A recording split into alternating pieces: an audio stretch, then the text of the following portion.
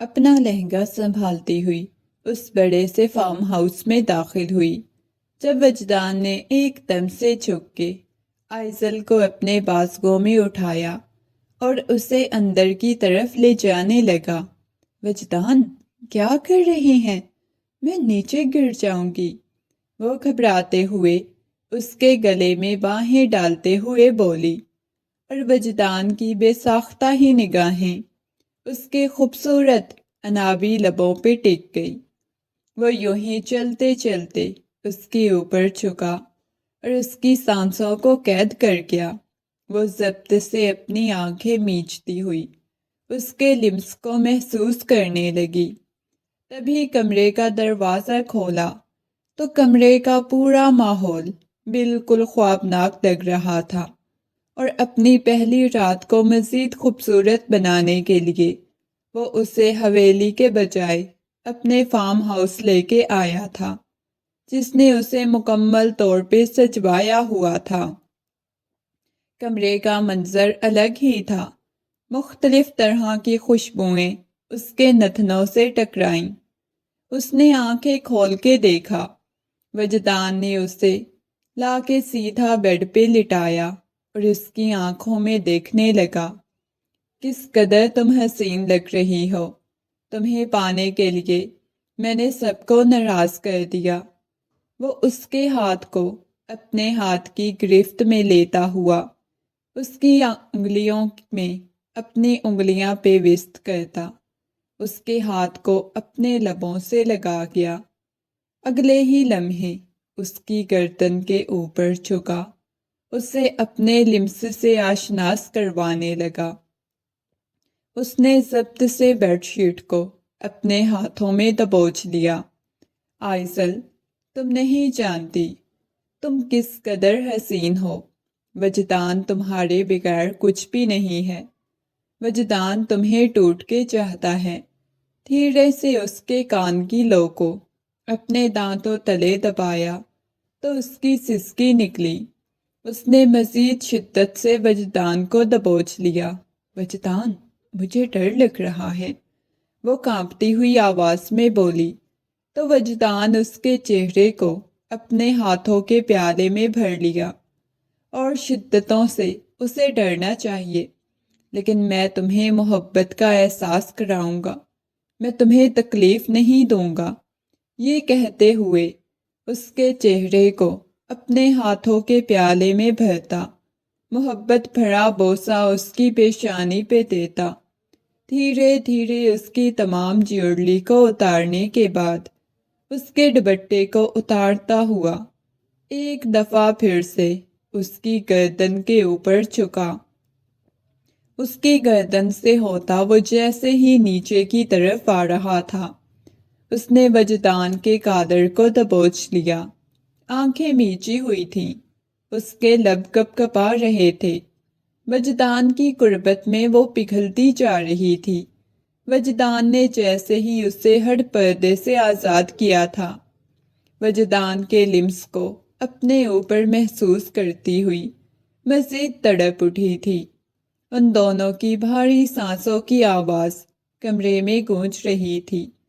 جیسے ہی وہ اسے اپنے لمس سے آشناس کروایا تو اس کی سسکی نکلی تھی۔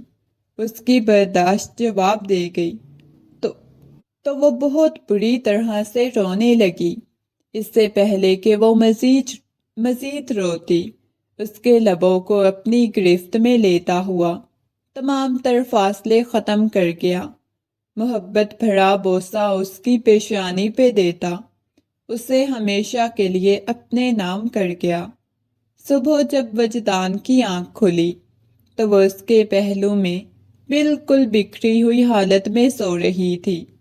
وہ وجدان کے آفس میں کام کرتی تھی، ایک غریب گھر سے تعلق رکھتی تھی، اور وجدان کا کب اس پہ دل آ گیا وجدان خود نہیں جانتا تھا، جبکہ حویلی والے اس لڑکی کو قبول کرنے کے لیے بالکل بھی تیار نہیں تھے، کیونکہ وہ عمر میں بھی اس سے چھوٹی تھی، اور ویسے بھی وہ ایک مڈل کلاس فیملی سے تعلق رکھتی تھی، جس کی وجہ سے وہ ایسی لڑکی کو اپنے گھر کی بہو نہیں بنانا چاہتے تھے، مگر وجدان کی ضد کے آگے انہیں ہار ماننی پڑی اور اسے اپنی بہو بنانے کے لیے تیار ہو گئے۔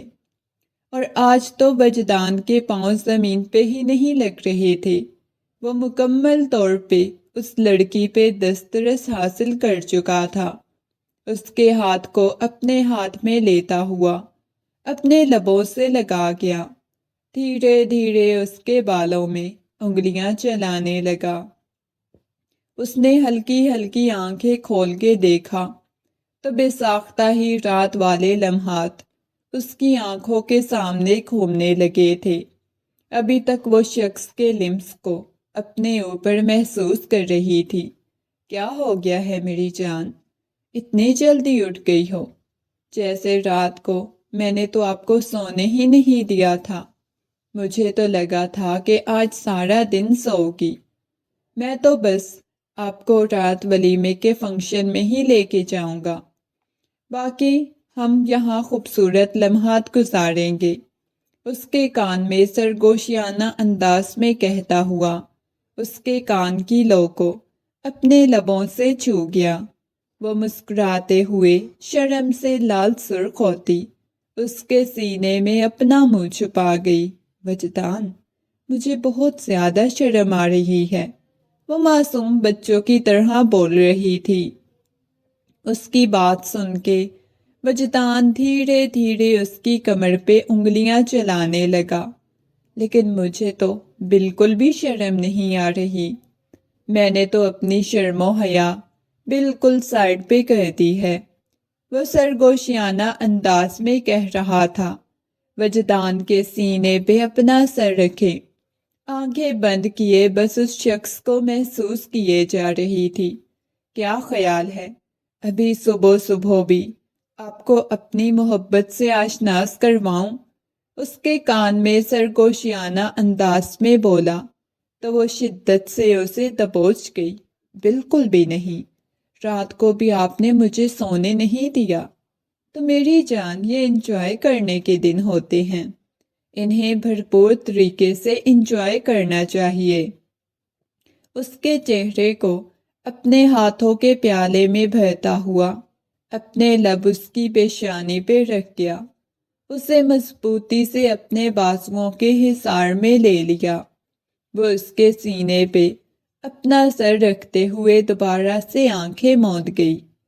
پورا حال روشنیوں میں نہایا ہوا تھا جب وہ اس کے ہاتھ کو پکڑتے ہوئے حال میں انٹر ہوا۔ وہ دونوں اس وقت چاند سورج کی جوڑی لگ رہے تھے، ایک دوسرے کے ساتھ وہ مکمل لگ رہے تھے۔ اس کے ہاتھ کو پکڑتے ہوئے وہ جیسے جیسے آگے کی طرف جا رہا تھا، سبھی کی نگاہوں کا مرکز وہ دونوں بنے ہوئے تھے۔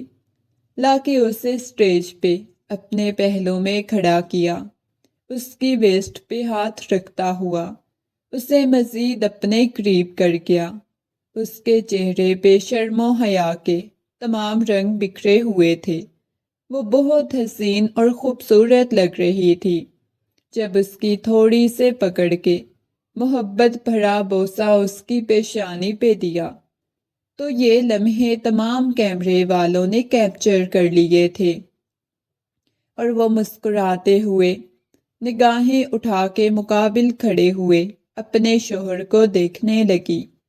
اس کے ہاتھ کو پکڑ کے اپنے لبوں سے لگا لیا، جیسا وجدان نے بولا تھا وہ اس کے مطابق ویسا ہی کر رہی تھی۔ اور کئی نگاہوں میں حسد بیدار ہوا تھا۔ جب حسد بھری نگاہوں سے کسی کو نظر لگائی جائے تو وہ اس کو موت کے منہ میں دھکیل دیتی ہے، اور شاید ان دونوں کے ساتھ بھی ایسا ہی ہونے والا تھا۔ زینت بیگم سٹیج پہ آئی، اسے دیکھنے لگی۔ ماشاءاللہ، بہت خوبصورت لگ رہی ہو۔ زینت بیگم کی بات سن کے اس نے مسکراتے ہوئے ان کی طرف دیکھا۔ ایک حویلی میں شاید وہی واحد تھی جنہوں نے قبول کر لیا تھا۔ مما، ہمدان نہیں آیا کیا؟ اس نے دوبارہ سے اپنے چھوٹے بھائی کے بارے میں پوچھا جو کہ امریکہ میں تھا۔ اس نے یہی بولا تھا کہ میں تمہارے ولیمے تک پہنچ جاؤں گا۔ اس کی بات سن کے زینت بیگم کہنے لگی، میں نے ابھی بھی کال کی تھی، کہہ رہا تھا بس میں پہنچنے والا ہوں۔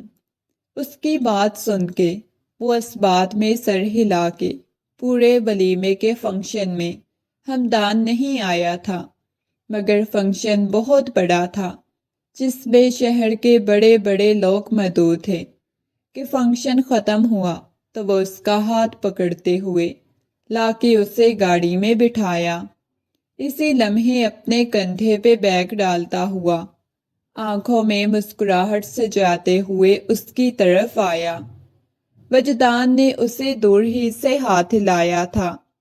وجدان نے گاڑی کا دروازہ بند کیا اور ہمدان کی طرف خونخوار نگاہوں سے دیکھا۔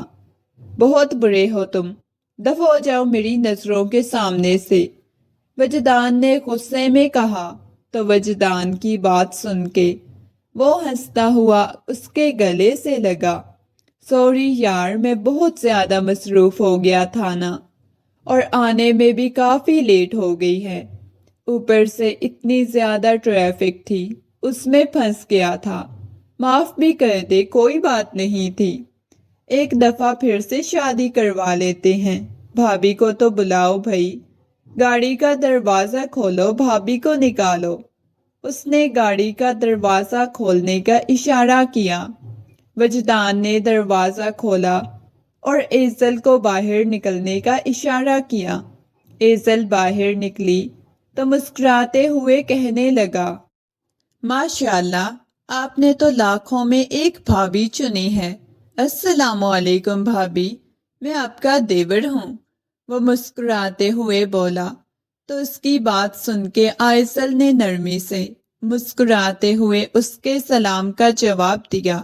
ماشاءاللہ، کتنا آہستہ آپ بولتی ہیں، تھوڑا اونچا بولا کریں، ورنہ وجدان بھائی بس دیکھتے ہی رہ جائیں گے ان کی بیگم نے کیا بولا ہے، وہ شرارتی انداز میں بولا، اور وہ ہمدان کو دیکھنے لگی تھی۔ اب یہاں پہ ہی باتیں کرنی ہے کیا؟ میری بیگم زیادہ کھڑی نہیں ہو سکتی، ہم لوگ بس 5 منٹ میں حویلی پہنچتے ہیں۔ تم بھی حویلی چلو میرا بچہ، میں تم سے پوچھتا ہوں، وہ خود سے بھی غصے میں اسے دیکھتا ہوا بولا۔ چلیں ٹھیک ہے، دیکھتے ہیں، آپ نے مجھے کیا دیکھنا ہے؟ وہ بھی ہنس پڑا تھا۔ تھوڑی ہی دیر بعد وہ لوگ حویلی پہنچ چکے تھے۔ گاڑی کا دروازہ کھولتے ایزل کا ہاتھ پکڑتے ہوئے اس کی بھاری بھرکم میکسی کو اٹھاتا ہوا اسے اپنا سہارا دیتے ہوئے اندر کی طرف لے جانے لگا۔ زینت بیگم آگے سے آئی، مسکراتے ہوئے کہنے لگی، بہت خوبصورت لگ رہی ہو، جبکہ فرزانہ بیگم کہنے لگی، جتنی بھی حسین لگ رہی ہے تو قریب گھر کی ہی بہو۔ پاس کھڑی ہوئی نویزہ نے بھی اسے غصے میں دیکھا تھا۔ نویزہ کے اندر حسد کی آگ جل رہی تھی، وہ تو ہمیشہ سے وجدان کی دلہن بننے کے خواب دیکھتی تھی، مگر جب وجدان نے ایک قریب سی لڑکی کا انتخاب کیا تو پورے خاندان میں آگ سی لگ گئی تھی، کیونکہ وجدان جیسے انسان کی بیوی بننا تو ہر دوسری لڑکی کی خواہش ہوتی تھی، مگر وجدان نے جس کا انتخاب کیا تھا وہ امیر زادیوں کے منہ پہ تماچا تھا، اور وہ بہت حسین اور شرم و حیا والی لڑکی تھی۔ وہاں پہ کچھ رسومات باقی تھیں جن کو ادا کیا گیا۔ وہ کہنے لگا، مما پلیز اب چھوڑ بھی دے میری بیوی کو، ہم نے کمرے میں جانا ہے۔ اور اس کی ایسی بے باک بات سن کے ایزل کا چہرہ شرم سے لال سرخ ہو گیا۔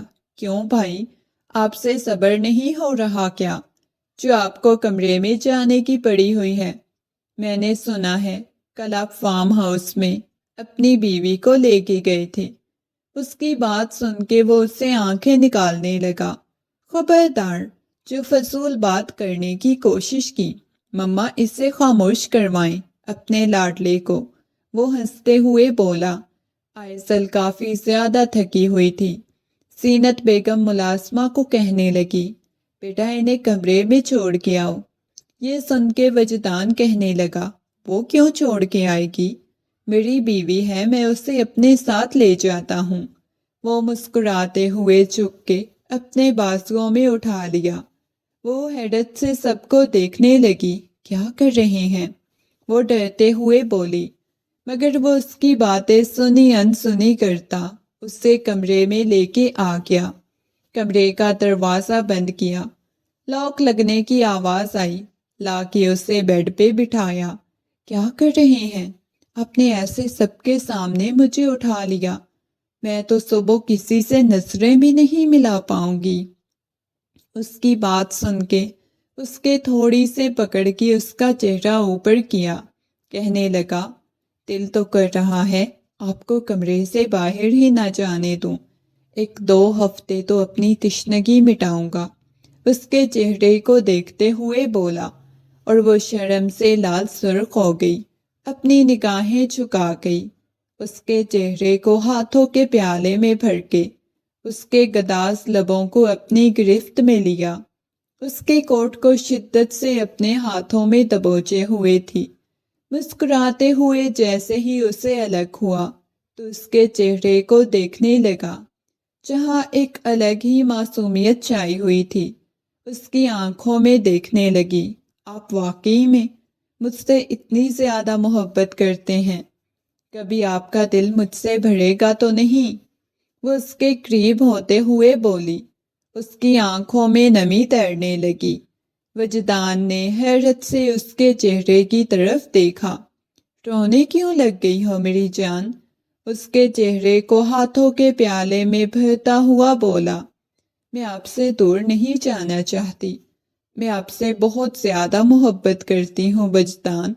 آپ کو پتہ ہے میں بڑی بدقسمت لڑکی ہوں، میں نے سب کچھ کھویا ہے، اپنے ماما بابا کو کھویا ہے، تایا تائی کے پاس رہتے ہوئے میں نے بہت زیادہ تکلیفیں برداشت کی ہیں، لیکن آپ جب سے میری زندگی میں آئی ہیں مجھے ایسے لگتا ہے جیسے میری زندگی پرسکون ہو جائے گی۔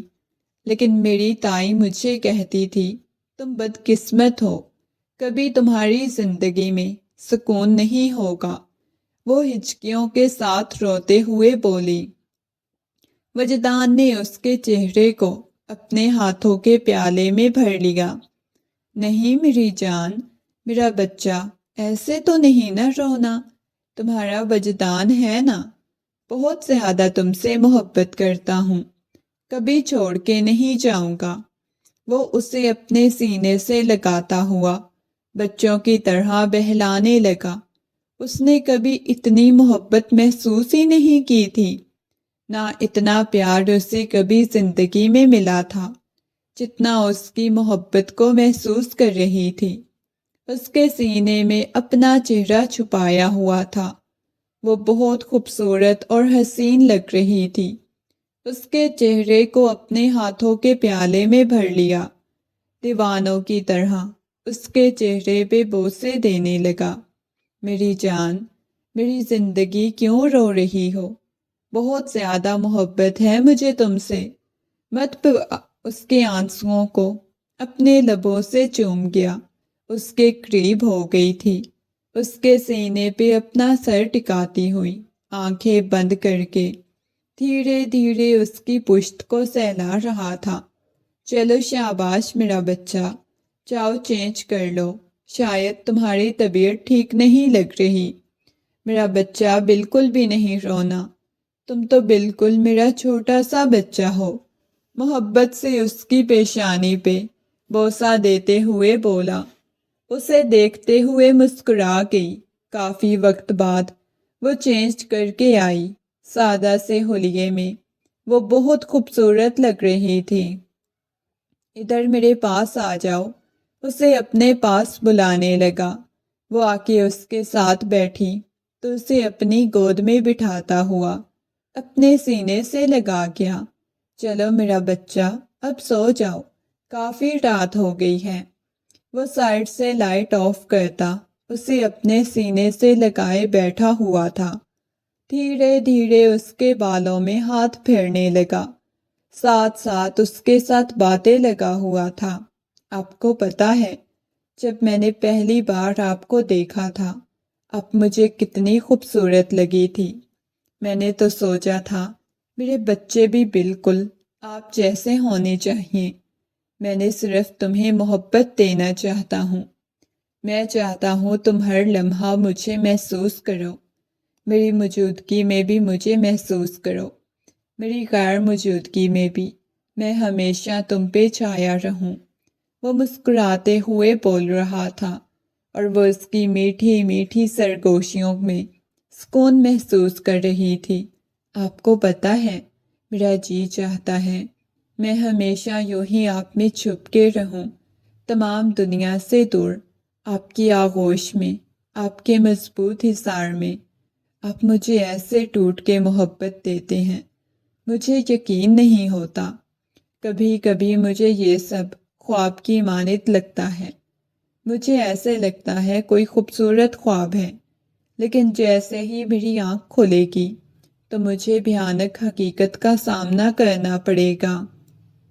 نہیں میرا بچہ، ایسا کبھی بھی نہیں ہوگا، میں ہمیشہ تمہارے ساتھ ہوں۔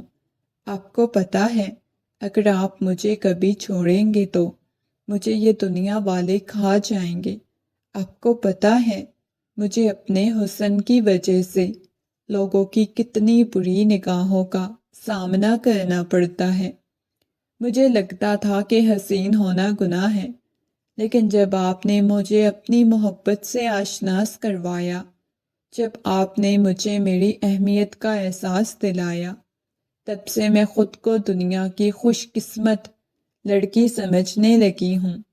وہ اس کے کان میں محبت بھرے رس کھول رہا تھا۔ جیسے جیسے رات گزر رہی تھی، وہ نیند کی آغوش میں چلی گئی، مگر اسے اپنی آغوش میں پڑے ہوئے خود کو پرسکون کر رہا تھا۔ اس کے دل میں ایک سکون اتر رہا تھا۔ میرا بچہ، مجھے کبھی تم سے دور نہیں جانا، کبھی بھی نہیں۔ اس کی آنکھوں میں نمی تیر رہی تھی۔ اس کے چہرے کو دیکھتا اس کی گال کو سہلا رہا تھا۔ مجھے ڈر لگنے لگا ہے، میں تم سے دور جاؤں گا تو تم کیسے میرے بغیر رہ پاؤ گی۔ مجھ سے مکمل طور پہ اسے اپنی آغوش میں سمیٹ لیا۔ صبح ایسے ہی آنکھ کھلی، اس کے لبوں پہ گہری مسکراہٹ بکھری ہوئی تھی۔ کھڑکیوں کے آگے پردے تھے۔ بے ساختہ ہی اس کی نگاہیں وجدان کی طرف گئیں۔ اس نے وجدان کو دیکھا۔ اگلے ہی لمحے اس کی نظر تکیے پہ گئی، جہاں پہ ہلکا سا بلڈ لگا ہوا تھا۔ وہ حیرت سے تکیے کو دیکھنے لگی۔ یہ بلڈ کہاں سے آیا ہے؟ بس بلڈ کو دیکھتے ہوئے بہت زیادہ گھبرا گئی۔ اس کے چہرے پہ پریشانی آ گئی۔ وجدان، وجدان! وہ گھبراتے ہوئے وجدان کی گال کو تھپکتے ہوئے اٹھانے لگی۔ وجدان بمشکل اپنی آنکھیں کھولی، اسے کھینچ کے اپنے اوپر گرایا۔ کیا ہوا ہے؟ کیا سرگوشیاں کر رہی ہو؟ وہ محبت سے بولا، اس کے بالوں کو کانوں کے پیچھے اڑستے ہوئے۔ اس کی بات سن کے وہ کہنے لگی، وجدان، یہ بیڈ پہ بلڈ لگا ہوا ہے، یہ دیکھیں نا تکیے پہ۔ وہ اسے دکھاتے ہوئے بولی تو وجدان کے چہرے پہ ہوائیاں اڑنے لگی۔ اگلے ہی لمحے مسکراتے ہوئے کہنے لگا، کوئی مچھر وغیرہ مرا ہوگا، کیوں اتنا زیادہ پریشان ہو؟ تھوڑا سا تو مچھر، لیکن یہاں پہ تو مچھر نہیں ہے نا۔ وہ ڈرتے ہوئے بولی، میرا بچہ اس بارے میں دھیان مت دو۔ وہ اس کا دھیان ہٹانا چاہتا تھا، ایک دم سے اسے اپنے سینے سے لگاتا، اس کے بالوں میں انگلیاں پھیرنے لگا۔ میرا بچہ اتنی جلدی آج اٹھ گیا؟ نہیں، بس ویسے ہی رات کو جلدی سو گئے تھے نا، وہ اس کے وجود میں سمٹتے ہوئے بولی تو وہ مسکرانے لگا۔ اس کے بعد وہ دونوں فریش ہو کے نیچے آئے۔ ہمدان کہنے لگا، ماشاء اللہ، دونوں کی جوڑی کس قدر خوبصورت لگ رہی ہے، اللہ نظر بد سے بچائے۔ وہ پھر سے شرارتوں پہ اترا تھا۔ زینت بیگم کہنے لگی، اب ذرا تم اپنی زبان کو لگام دے کے بیٹھنا۔ کل بھی تم نے بیچاری معصوم سی آئزل کو پریشان کر دیا تھا۔ آئزل نگاہیں جھکائے ناشتہ کر رہی تھی۔ فرزانہ بیگم کہنے لگی، دوسروں کا حق مار کے ویسے خوش نہیں رہا جاتا۔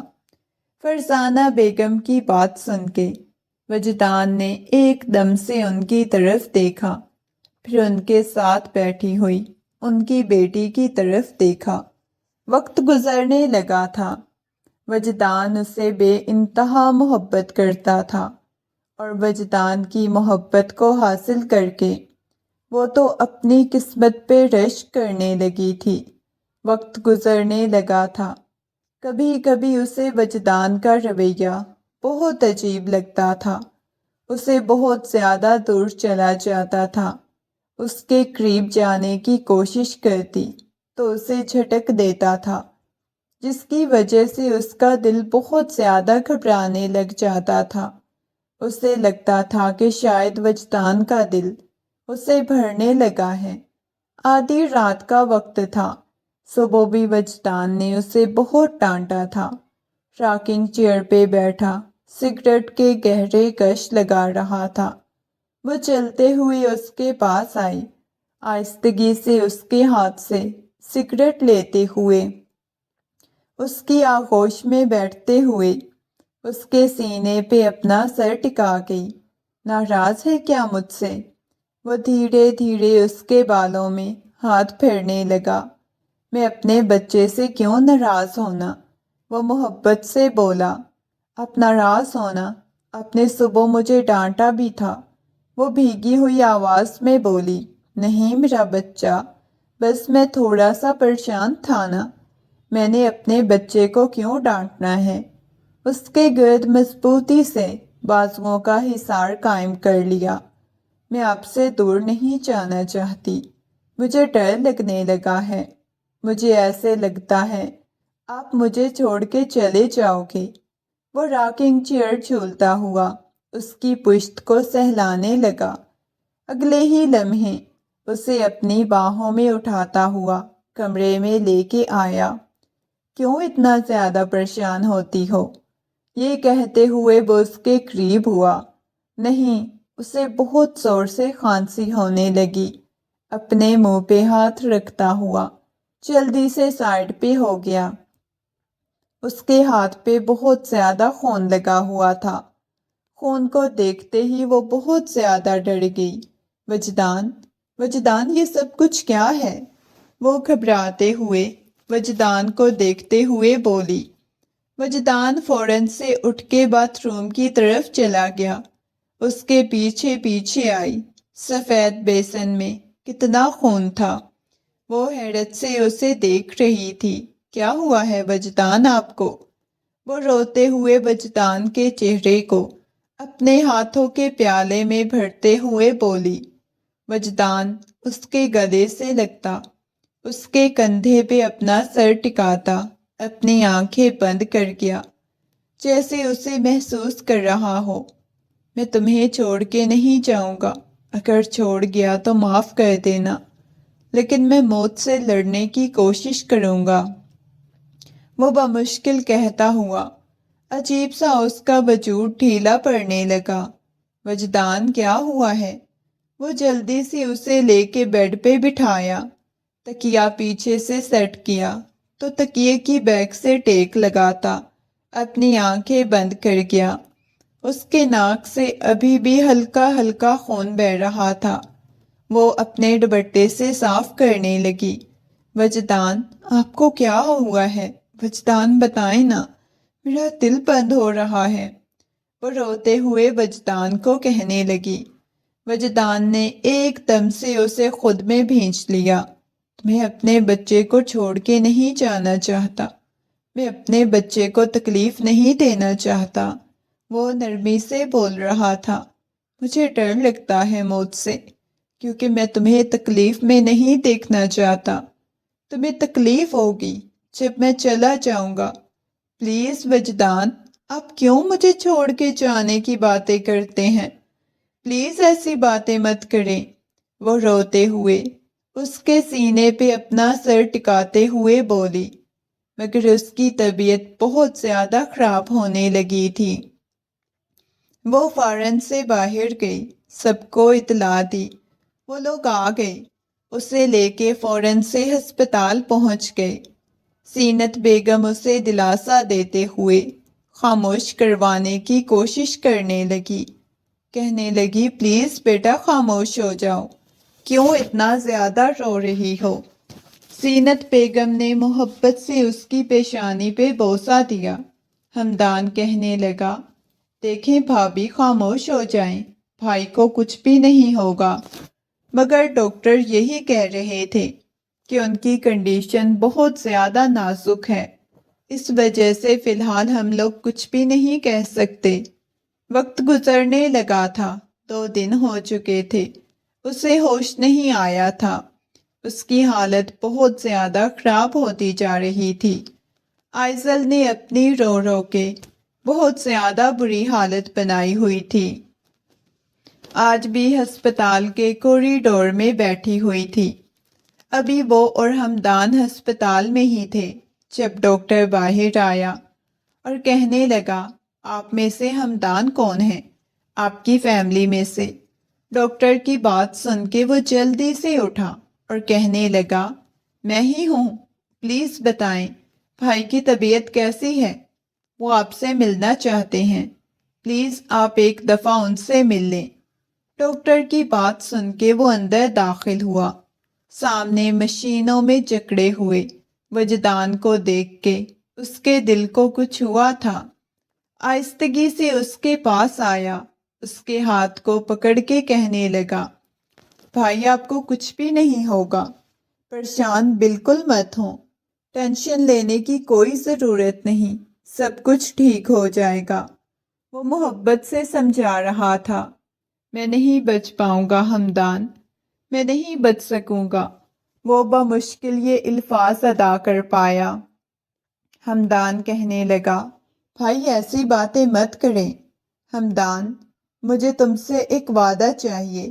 وہ آنکھوں میں ایک امید لیے ہمدان کی طرف دیکھ رہا تھا۔ اس کے ہاتھ کو پکڑ لیا۔ مجھے معلوم ہے میں اب نہیں بچ سکتا۔ اس کی بات سن کے ہمدان کے دل کو کچھ ہونے لگا تھا۔ پاگل ہو گیا؟ بھائی ایسا کچھ بھی نہیں ہوگا۔ اس کی پیشانی پہ بوسہ دیتے ہوئے پہلے وعدہ کرو مجھ سے، میری بات مانو گے؟ وہ اس کے ہاتھ کو پکڑ کے بولا آپ جو بولیں گے میں وہ کروں گا، آپ کو کچھ بھی نہیں ہوگا۔ میرے جانے کے بعد تم اس کا بہت زیادہ خیال رکھنا، وہ بہت کمزور ہے، بہت معصوم ہے، اسے شادی کر لینا۔ وہ بمشکل یہ الفاظ بول پا رہا تھا۔ وہ حیرت سے اسے دیکھنے لگا۔ پاگل ہو گئی ہو کیا وجدان؟ کیسی فضول باتیں کر رہی ہو؟ کچھ بھی نہیں ہوگا، کیوں اتنا زیادہ پریشان ہو رہے ہو؟ وہ وجدان کو سمجھانے کی کوشش کر رہا تھا، مگر اس کی کنڈیشن بہت زیادہ بری ہوتی جا رہی تھی۔ ڈاکٹر نے اسے باہر بھیج دیا۔ وہ باہر آ کے بیٹھ گیا، اس کی آنکھوں میں نمی تیرنے لگی۔ وہ سوتے ہوئے کہنے لگی وجدان کی طبیعت کیسی ہے؟ بتائیں نا مجھے۔ اس کے دل بہت زیادہ گھبرا رہا تھا۔ نہیں وجدان کو کچھ نہیں ہوگا، بتائیں، وہ روتے ہوئے پوچھ رہی تھی۔ گھر سے زینت بیگم اور دلاور صاحب کو بھی آنے کا کہہ دیا تھا۔ وہ لوگ بھی آ چکے تھے اور بہت زیادہ پریشان لگ رہے تھے۔ ڈاکٹر کوئی بھی ٹھیک سے بات نہیں بتا رہے تھے، بس اتنا کہہ رہے تھے کہ ان کی کنڈیشن بہت زیادہ بگڑتی جا رہی ہے، کنٹرول کرنا بہت مشکل ہو رہا ہے، اسے بلڈ کینسر۔ اس کی حالت مزید بگڑنے لگی۔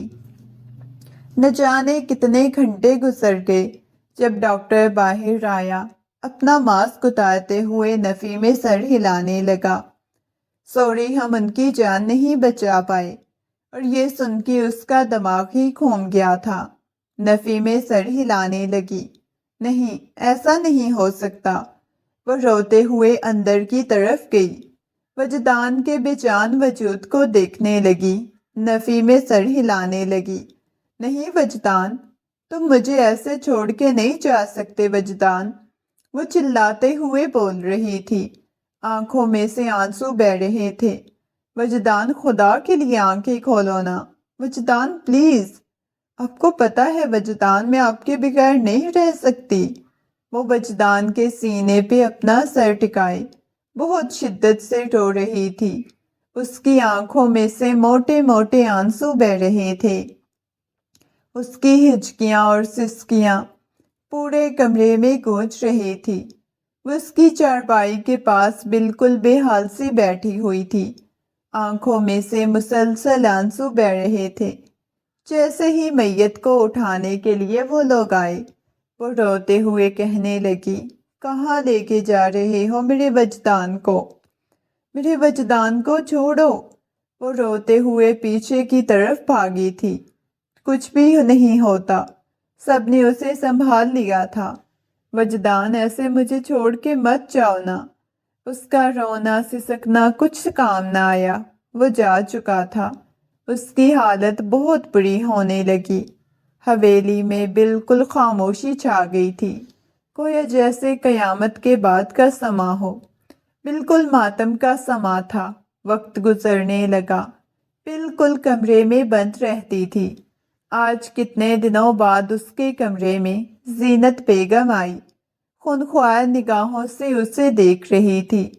زینت بیگم کو دیکھ کے وہ بہت زیادہ گھبرا گئی۔ زینت بیگم تو اپنے بیٹے کے جانے کے بعد بالکل ہی پاگل ہو گئی تھی۔ اس کے پاس آئیں، اس کے بازو کو دبوچا، اٹھو یہاں سے، نکلو یہاں سے۔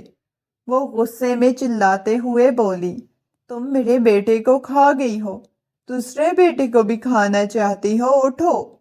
وہ اس کے بازو سے پکڑ کے اسے گھسیٹنے والے انداز میں باہر کی طرف لے جانے لگی۔ آپ کا دماغ خراب ہو گیا ہے، آپ مجھے کہاں لے کے جا رہی ہیں؟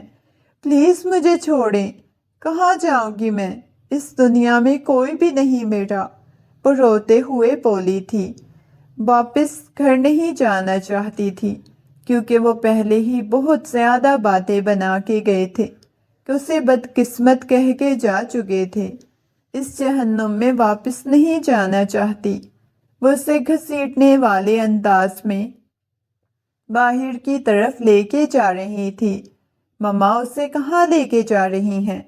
وہ غصے میں ان کے پاس آیا، اس کے بازو کو ان کی ہاتھ کے گرفت سے آزاد کرایا۔ اپنے کمرے میں جاؤ، وہ غصے میں چلایا تو وہ سہمتی ہوئی اپنے کمرے کی طرف چلی گئی۔ آپ کس حد تک یہ کیا کر رہی ہیں؟ یہ کس حق سے اس گھر میں رہے گی؟ اس کا شوہر تو مر گیا ہے، تو یہ کیوں یہاں پہ رہے گی؟ جس کی زندگی میں جاتی ہے اسے کھا جاتی ہے۔ وہ غصے میں چلاتے ہوئے بولی، مما کیا ہو گیا ہے؟ بھائی کی جان اس نے تھوڑی نہ لی ہے، لیکن اسے مزید اپنے گھر میں برداشت نہیں کروں گی۔ وہ غصے میں چلاتے ہوئے بولی، مما آپ کو کیا ہو گیا ہے؟ زینت بیگم کی باتیں سن کے اس کا دماغ ہی گھوم گیا تھا۔ وہ کس حق سے اس گھر میں رہے گی؟ اس کے شوہر کا تو انتقال ہو گیا تھا، اس کے ساتھ شادی کر کے اس کی عدت ختم ہو گئی نا، کل ہی میں اس کے ساتھ نکاح کروں گا۔ یہ سن کے زینت بیگم کا دماغ گھوم گیا۔ کیا مطلب ہے؟ پہلے ایک بیٹے کو کھو چکی ہوں، میں تمہیں نہیں کھونا چاہتی۔ پاگل ہو گئی ہیں کیا؟ کیوں تم ایسی باتیں کر رہے ہو؟ میں کبھی تم دونوں کا نکاح نہیں ہونے دوں گی۔ ان کی بات سن کے وہ نفی میں سر ہلانے لگا۔ کیا مطلب ہے؟ ہم دونوں کا نکاح نہیں کروائیں گی؟ دیکھیے مجھے اس نکاح کرنا ہے، پھر منا لو۔ یہ کہتے ہوئے اپنے کمرے کی طرف چلی گئی۔ وہ کمرے میں داخل ہوا تو سامنے بیڈ پہ بیٹھی ہوئی تھی، بہت زیادہ ڈری سہمی سی لگ رہی تھی۔ روتے ہوئے کہنے لگی، مجھے وجدان کے پاس جانا ہے۔ اور اس کی معصوم بچوں جیسی شکل دیکھ کے ہمدان کو اس پہ بہت زیادہ ترس آیا۔ اس کے سامنے آ کے بیٹھ گیا۔ دیکھو میری بات سنو۔ وہ نرمی سے آ کے اس کے سامنے بیٹھ گیا۔ میں تم سے نکاح کرنا چاہتا ہوں، کل شام کو ہمارا نکاح ہے۔ یہ سن کے آئزل کا تو دماغ ہی گھوم گیا۔ وہ کہنے لگی، یہ آپ کیا کہہ رہے ہیں؟ میں آپ کے ساتھ نکاح نہیں کروں گی۔ وہ گھبراتے ہوئے بولی۔ اس کی بات سن کے وہ اس کے قریب ہوا۔ نہ جانے کیوں اتنے عرصے میں آئزل کے بارے میں سوچ سوچ کے آئزل میں ایک عجیب سی کشش محسوس ہونے لگی تھی۔ آئزل نفی میں سر ہلانے لگی۔ میں آپ کے ساتھ نکاح نہیں کر سکتی، میں وجدان سے محبت کرتی ہوں۔ دیکھیں وجدان چلا گیا ہے، اگر آپ اس گھر میں رہنا چاہتی ہیں تو آپ کو مجھ سے نکاح کرنا ہوگا، ورنہ آپ کے پاس دوسرا راستہ یہی ہے کہ آپ کو واپس اپنے تایا تائی کے پاس جانا ہوگا۔ اس کی باتوں نے اسے بہت زیادہ بے بس کر دیا۔ وہ نکاح کے لیے مان گئی، مگر ساتھ ہی کہنے لگی، میری ایک شرط ہے آپ کے ساتھ نکاح کرنے کے لیے۔ وہ کہنے لگا، کیا؟ ہم دونوں کے درمیان کاغذی رشتہ ہوگا، اس سے زیادہ کچھ بھی نہیں ہوگا۔ وہ گھبراتے ہوئے بولی۔ تو اس کی بات سن کے ہمدان نے اس بات میں سر ہلا دیا۔ وہ نہیں جانتی تھی مزید اس کی زندگی میں کیا کچھ ہونے والا ہے، مگر وہ لمحہ بھی آ گیا۔ وہ دلہن بنی کمرے میں بیٹھی ہوئی تھی، دوسری شخص کی سیج سجا کے بیٹھی ہوئی تھی۔ آج بھی اسے سب بہت اذیت ناک باتوں کا سامنا کرنا پڑا تھا۔ وہ ہچکیوں کے ساتھ روئے جا رہی تھی۔ جب کمرے کا دروازہ کھلا، ہمدان کمرے میں داخل ہوا۔ اسے سر سے پیروں تک دیکھنے لگا۔ پلیز رونا بند کرو۔ اس کی بات سن کے وہ مزید ہچکیوں سے رونے لگی۔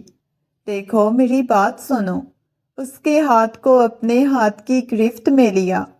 وجدان بھائی اب کبھی لوٹ کے نہیں آنا، تمہیں میرے ساتھ زندگی کی آگے شروعات کرنی ہوگی۔ ویسے بھی ہمدان اپنی چیزوں پہ کسی اور کا حق نہیں رکھتا، اس وجہ سے اب میں تم پہ حق جتاؤں گا، تمہیں مکمل طور پہ اپنا بناؤں گا۔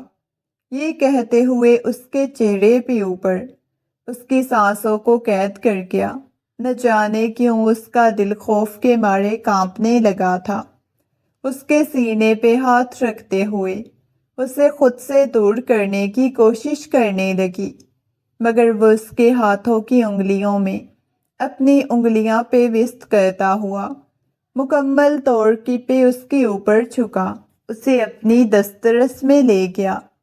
وہ روتے ہوئے اسے دور کرنے کی کوشش کرنے لگی، پلیز ایسا مت کریں، مگر وہ کہاں اس کی باتیں سننے والا تھا۔ اس کے لبوں کو قید کرتا ہوا مزید اس کے قریب ہو گیا۔ اگلے ہی لمحے وہ اسے خود سے دور دھکا دے گئی۔ میں نے آپ کو بولا تھا نا، ہم دونوں کے درمیان کسی قسم کا رشتہ نہیں ہوگا۔ یہ سن کے ہمدان کے چہرے پہ غصہ آیا۔ ایک تو میں نے تمہیں اپنی زندگی میں شامل کیا، تم پہ احسان کیا، اس کے بعد تم ایسی باتیں کر رہی ہو، میں اپنا حق نہیں چھوڑتا۔ یہ کہتے ہوئے اس نے اپنی شرٹ کے بٹن کھولے اور اتار کے دور پھینکی۔ اگلے ہی لمحے کمرے کی لائٹ آف ہو چکی تھی۔ وہ روتے ہوئے نفی میں سر ہلانے لگی۔ میرے پاس مت آئیے گا پلیز، خدا کے لیے۔ وہ اسے اپنے پاس سے دور کرنے کی کوشش کرنے لگی تھی، مگر ہمدان بھلا کہاں اس کی بات سننے والا تھا۔ وہ اس کے ہاتھوں کی انگلیوں میں اپنی انگلیاں پہ وست کرتا اس کے اوپر جھکا تو اچانک اس کی دل خراش چیخ کمرے میں گونجی، کیونکہ ہمدان نے بہت بے دردی سے اس میں۔ نیکسٹ پارٹ کے لیے چینل کو سبسکرائب کریں۔ آپ کے اچھے رسپانس پہ بہت جلد اس کا اگلا پارٹ اپلوڈ کیا جائے گا۔ شکریہ۔